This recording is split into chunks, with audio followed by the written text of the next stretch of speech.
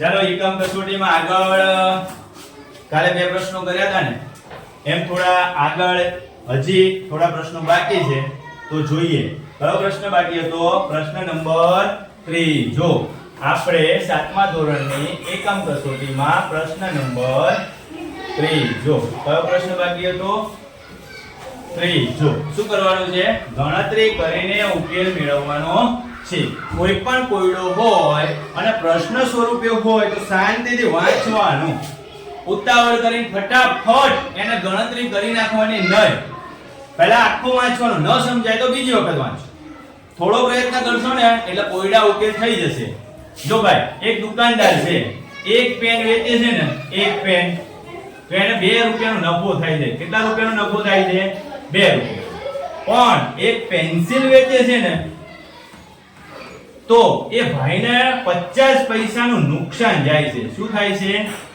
50 પૈસાનું નુકસાન થાય છે અહીંયા નફો થાય છે અહીંયા ખોટ જાય છે હવે ધ્યાન રાખજો 50 પૈસા છે બરોબર હવે 50 પૈસા છે આખા દિવસમાં શું કરશે દુકાનદાર દિવસ દરમિયાન આખા દિવસમાં 10 પેનો વેચે છે અને 2 રૂપિયા નફો મેળવે છે તો આખા દિવસનો નફો કેટલો થાય 20 રૂપિયા આખા દિવસનો નફો કેટલો થશે 20 રૂપિયા 12 પેન વેચી નાખે છે 50 પૈસાનું નુકસાન કરે છે કેટલા પૈસાનું 50 પૈસાનું 50 પૈસાનું નુકસાન કરે છે એટલે કેટલા રૂપિયાનો ખોટ જશે 6 રૂપિયા જે ખોટ ગઈ એ આખા દિવસમાં જે નફો મળ્યો એમાંથી બાદ કરો તો કે 20 માંથી 6 જાય તો કેટલા વધશે 14 દુકાનદારને એકંદરે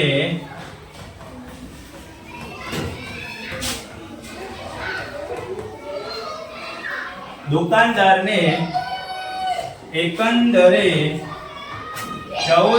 નફો થાય છે કેટલા રૂપિયા નફો થયો 14 બીજો દાખલો આપણે તમારા માટે પ્રયત્ન કરીએ છીએ શ્રીનગરનો આજનું તાપમાન 6 છે શ્રીનગર છે આજનું તાપમાન કેટલું છે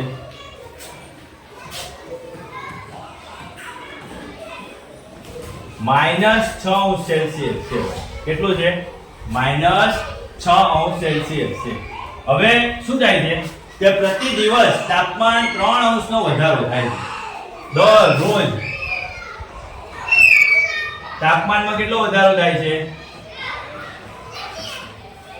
3 સેલ્સિયસ નો વધારો થાય છે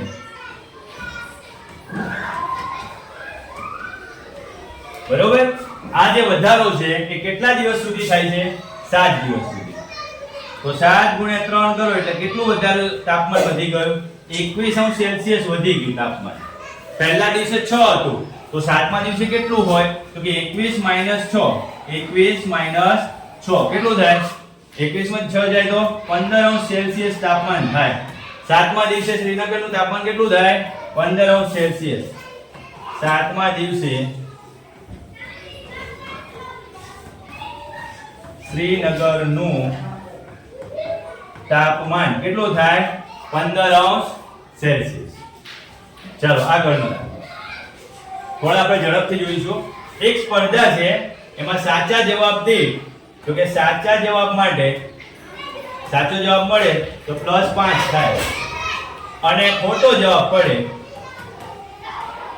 તો -2 થાય હવે તો આ સ્પર્ધા કોણ આપે છે સુરેશ આપે છે આપણે કિશનને મોકલ્યો હોય એવી રીતે તો સુરેશ આપે છે કોણ આપે છે સુરેશ સ્પર્ધામાં 15 પ્રશ્નોના સાચા જવાબ આપે છે 15 પ્રશ્નોના જવાબ કેવા આપે છે સાચા જવાબ આપે છે તો 15 એક સાચો પડે તો કેટલા માર્ક્સ મળે છે આપણે 2 લખાઈ દીધું 5 મળે છે એટલે 15 પંચે કેટલા થશે 75 ખોટા કેટલા પડે છે એને 5 પ્રશ્નો ખોટા પડે છે ભાઈ તો 5 પ્રશ્ન ખોટા પડે તો ખોટા પડે એટલે કેટલા માઈનસ થાય 2 એટલે 5 × 10 75 માંથી 10 બાદ કરી નાખો જવાબ કેટલો આવશે 65 સુરેશને કુલ કેટલા ગુણ મળ્યા તો લખી નાખો સુરેશને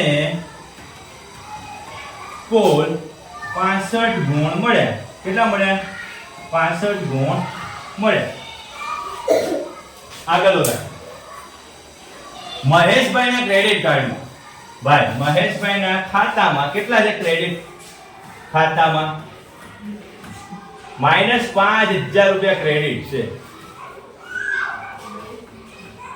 -5000 રૂપિયા ક્રેડિટ છે. મહેશભાઈ આખા વર્ષના અંતે પૈસા કેટલા હશે? તો દર માસે 1000 રૂપિયા જમા કરાવે. હવે જોજો એક વર્ષમાં કેટલા મહિના હોય? 12 માસ હોય. બરોબર? તો એક માસના 1000 રૂપિયા તો 12 માસના કેટલા થયા? 12000 રૂપિયા જમા થયા. કેટલા રૂપિયા જમા થયા? 12000 રૂપિયા જમા થયા. વર્ષના અંતે એને 12000 રૂપિયા જમા કરાવ્યા. પણ વર્ષના અંતે એન્ટ્રી પડાવવા જાય તો એના એકાઉન્ટમાં કેટલા જમા થયા છે? કેમ તો કે 5000 પેનલ્ટી લાગી હતી તો 5000 બાદ થઈ જશે અને એના એકાઉન્ટમાં કેટલા જમા થયા છે? 7000 રૂપિયા. કેટલા જમા થયા હોય? 7000 રૂપિયા. એટલે ખાતામાં કેટલી રાશિ પડી હશે? તો ખાતામાં 7000 રૂપિયા પડ્યા હશે. વર્ષના અંતે લખી નાખો. વર્ષના અંતે ખાતામાં 7000 રૂપિયા રાશિ હશે. બરોબર? આવી રીતે તમારે જવાબ ઉકેલ કરે લખી નાખવાનો. હવે કદાચ છેલ્લો દાખલો છે નહીં, હજી છઠ્ઠો છે. પાંચમા દાખલામાં થોડું વિચારો. સમય સંખ્યાની વાત કરે છે તો આપણે સંખ્યા રેખા ઉપર જ્યારે વાત કરતા હોય ત્યારે આમ કૂદકા મારવાની વાત છે કઈ. બરોબર? પણ થોડું વિચારવાનું. સંખ્યા રેખા ઉપર ક્યાં છે? તો કે -73 ઉપર છે. એક કૂદકો 10 એકમનો છે. એક કૂદકો કેટલાનો છે? 10 એકમનો છે. એક કૂદકો 10 એકમ. એવા કેટલા કૂદકા મારે છે? 8 કૂદકા મારે છે. કેટલા કૂદકા મારે છે? 8. એટલે કેટલું આગળ ખસી જશે? 80 એકમ આગળ ખસશે. કેટલા એકમ આગળ ખસવાનો? 80 એકમ આગળ ખસી જશે. છે ક્યાં આગળ? તો કે 76 ઉપર છે. -76 ઉપર છે. ક્યાં પહોંચી ગયો? 80 પગલા 80 કૂદકા આગળ પહોંચ્યો. તો આપણે 76 માંથી 80 બાદ કરો એટલે ત્યાં ક્યાં પહોંચ્યો હશે? એ ભાઈ પહોંચ્યો હશે +4 આવશે. એ ભાઈ ક્યાં પહોંચ્યો હશે? ચોગડા ઉપર પહોંચ્યો હશે. સંખ્યા રેખા પર કૂદકા મારતા જાય ત્યારે ક્યાં પહોંચી ગયો છે? તો કે ચોગડા ઉપર હશે. કયા સ્થાન પર પહોંચશે? તો કે ચોગડા ઉપર પહોંચશે. ચાલો છઠ્ઠો. એક વેપારી સફેદ સિમેન્ટની થેલી વેચતા 50 રૂપિયા નફો થાય. સફેદ થેલી વેચતા કેટલા રૂપિયા મળે છે એને? 50 રૂપિયા નફો.